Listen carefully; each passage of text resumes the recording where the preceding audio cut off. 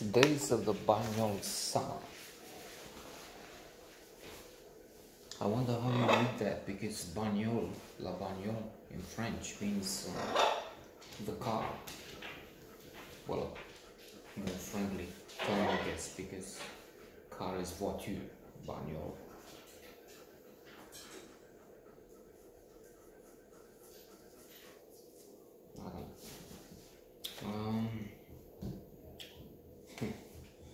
This made me think of a book, a classic of psychology,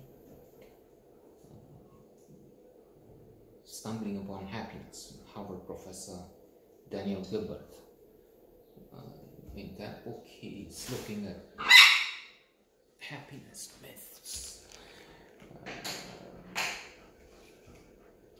Most important of them, I guess, is this notion we have that if I were not here with these criminals, then I would be happy. If only I were to live in California, the Pacific Island, the Caribbean island. Well, it turns out that research studies have shown it's not true. Once you get there, you experience, first of all, hedonic adaptation. You get used with the palm trees, the white sands, more or less white, beautiful sands. It's used there,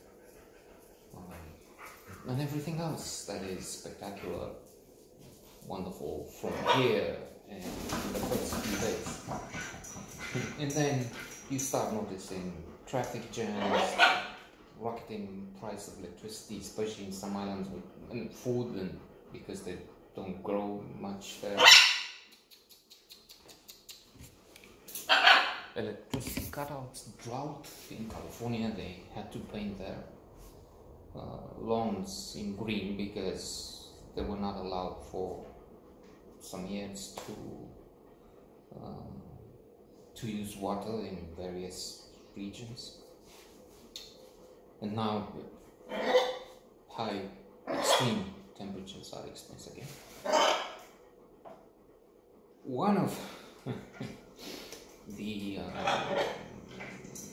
shocking revelations in Stumbling Upon Happiness regards children, teenagers. It turns out that parents are happier once their children leave home, teenage children. You would expect happiness to decrease. Your lovely children have left home. Mine is in Amsterdam, and she will return soon. So happiness will... No, I'm just being facetious and stupid.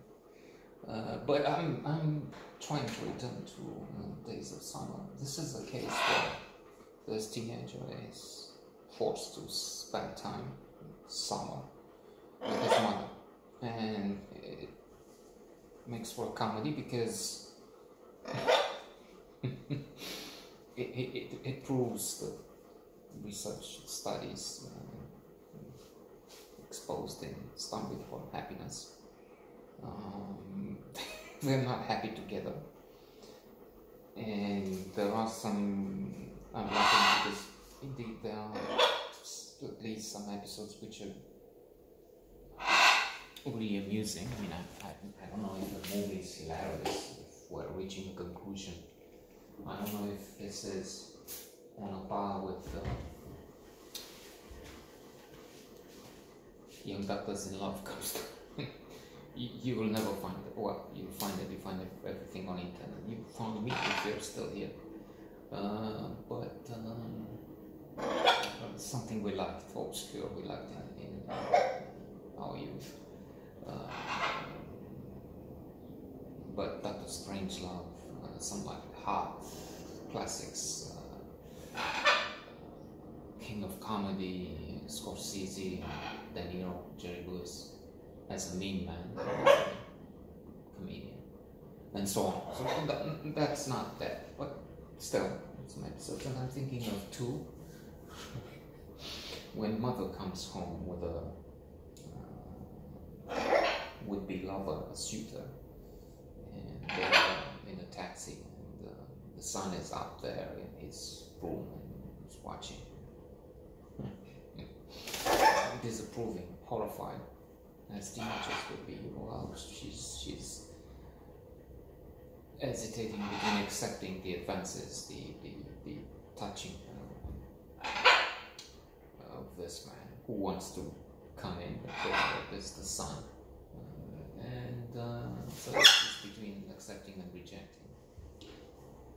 And once she's inside, the son, teenager, pretends to be asleep when she comes to her room. Peaceful. And then in the restaurant,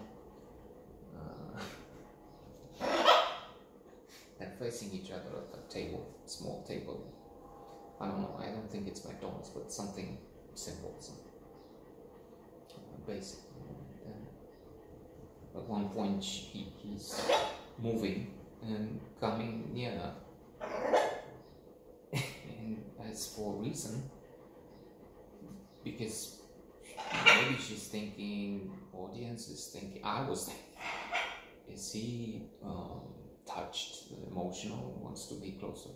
No, he's saying, I don't want to see you.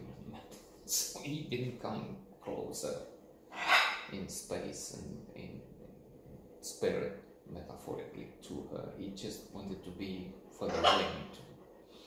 And while he's doing that, we see in a mirror, in a virtual mirror, because in reality, there's just there people few tables away with a girl who is a goth. He has his nails painted, so this is when he moves, he's pulling his shirt, the long sleeve shirt, over the hands, because she was watching his painted fingernails. So he has this, he's a rock fan, hard rock fan, Metallica. And the girl is his correspondent. She's a hard rock fan too, I guess. The way she's painted with darker lipstick, if I haven't. And the fire. Confused, unhappy. I thought that was interesting.